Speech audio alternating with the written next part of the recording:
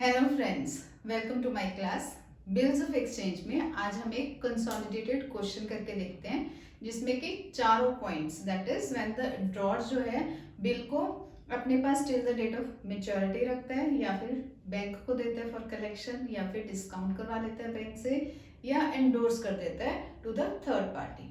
ठीक है, इन चारों केसेस में क्या एंट्रीज पास ऑन होंगे in the books of the drawer and drawing, इसी पे कंसोलिडेटेड क्वेश्चन करके देखते हैं। हमारा क्वेश्चन कहता है a bill for rupees 10,000 is drawn by A on B which is duly accepted by the later.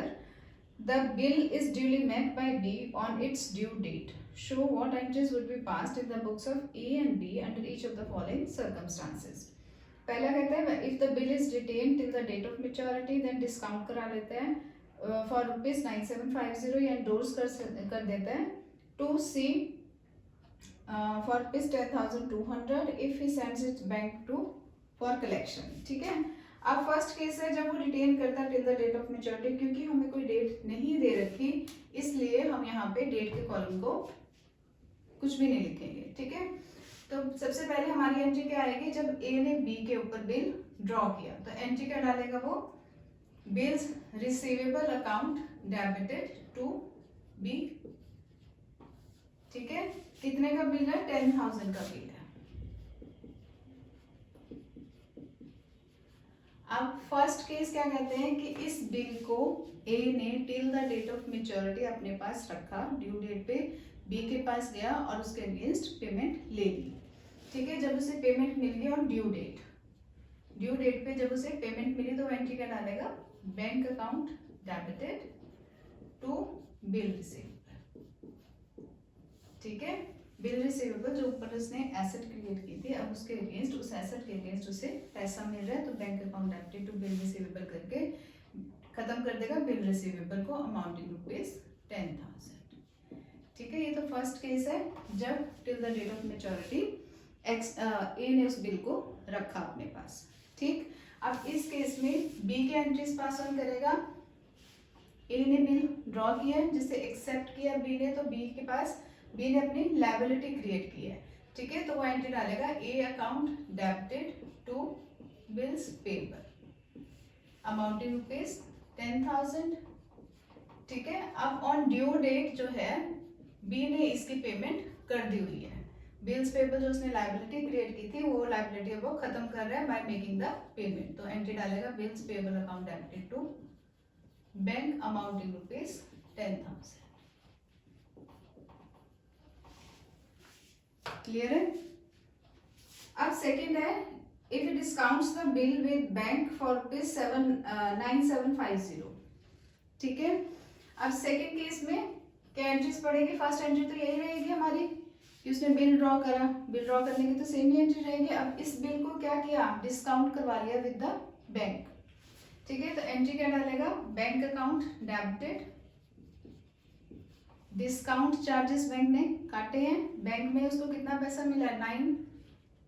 9750 का, दैट मीन्स 250 के जो बैंक ने है चार्जेस काटे हैं डिस्काउंट चार्जेस, तो उसको डेबिट कर देगा।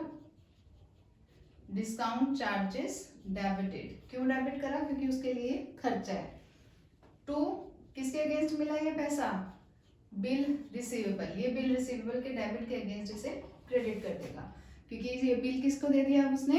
बैंक को, तो ए जो है बिल रिसीवेबल के डेबिट के अगेंस्ट इसको क्रेडिट करके खत्म कर देगा। पैसा उसे मिल गया, डिस्काउंट चार्जेस उसे पे ऑफ करने पड़े हैं। बिल रिसीवेबल का अमाउंट है हमारा 10,000 का। ठीक है, ड्यू डेट पे अब ए अपनी बुक्स में कोई भी एंट्री नहीं डालेगा। क्यों नहीं डालेगा? क्योंकि ड्यू डेट पे बैंक जाके बी से पैसा कलेक्ट करेगा। ठीक है, अब ड्रॉइंग की बुक्स में क्या एंट्रीज रहेंगी? सेम यही दो एंट्रीज रहेंगी। क्यों रहेंगी? ये डिस्काउंट की एंट्रीज जो है वो बी को अफेक्ट नहीं करेंगी, बिल्कुल भी नहीं करेंगी। B is only and only concern with the acceptance and the payment of the bill. Drawer उसके साथ क्या करता है? उस बिल के साथ ही इज नॉट कंसर्न, उसका सिर्फ इतना कंसर्न है कि ड्यू डेट आई और उसने पेमेंट कर देनी है। ठीक है, इसलिए ये डिस्काउंट की एंट्रीज जो है सिर्फ और सिर्फ ए की बुक्स में जाएंगी, बी का इस पे कोई इफेक्ट नहीं आएगा। नेक्स्ट कहते हैं if he endorses it to his creditor C in full payment of his debt of ₹10,200।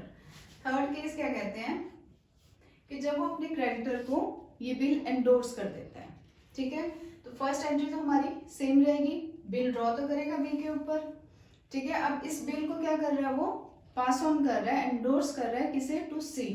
सी भी उसका क्रेडिटर है, सी के अकाउंट को वो डेबिट करेगा, ठीक है।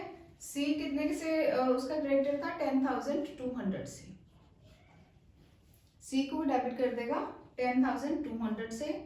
सी को क्या दे रहा है, बिल, ये बिल रिसीवेबल डेबिट के अगेंस्ट वो क्रेडिट कर देगा अमाउंटिंग ₹10,000। तो ये 200 रुपये जो एक्स्ट्रा उसको डिस्काउंट मिल गया from his creditor, discount received amounting ₹200, ठीक है। अब ड्यू डेट पे सी जाके बी से पेमेंट कलेक्ट कर लेगा, क्लियर है। तो ड्यू डेट पे ए की बुक्स में कोई एंट्रीज नहीं आएंगी और इस एंडोर्समेंट की बी की बुक्स में कोई एंट्री नहीं जाएगी। Same reason, if is only concern with the acceptance and the payment. Due date पे उसे सिर्फ पेमेंट करनी है बिल के अगेंस्ट। बिल चाहे ए लेके आ रहा है, चाहे बैंक लेके आ रहा है, चाहे सी लेके आ रहा है, चाहे कलेक्शन के लिए उसने सेंड किया हो, उसको सिर्फ कंसर्न है कि उसने ड्यू डेट पे पेमेंट कर देनी है, ठीक। अब हमारा फोर्थ केस आता है। फोर्थ केस में वो क्या कहते हैं, if you send it to bank for collection, ठीक है। तो फर्स्ट एंट्री हमारी सेम रहेगी। नेक्स्ट एंट्री जब उसने बिल को सेंड किया फॉर कलेक्शन, तो एंट्री लिखेगा bill send for collection debited to bill receivable, ठीक है। अमाउंटिंग रुपीज कितने का बिल रिसीवेबल हमारा 10,000 का, 10,000, ठीक है। अब ड्यू डेट पे जब पेमेंट मिलेगी तो पेमेंट आएगी किसके पास, ए के पास, क्योंकि उसने बैंक को कलेक्शन के लिए दिया है बिल और बैंक जो है इसे एक्सेप्ट कर रहा है या कलेक्ट कर रहा है ऑन द बिहाफ ऑफ ए। तो जब बैंक इस बिल को कलेक्ट कर लेगा तो इंटीमेट करेगा ए को और ए अपने बुक्स में एंट्री डालेगा बैंक अकाउंट डेबिट, क्योंकि उसे पैसा मिल गया है, तो bank account debited to bill send for collection. Clear है ये चीज, अमाउंटिंग ₹10,000, ठीक है। इस केस में भी बी की बुक्स में यही दो एंट्रीज रहेंगी क्योंकि बी ने ड्यू डेट पे बिल के अगेंस्ट पेमेंट कर दी हुई है। क्लियर है ये सारा क्वेश्चन।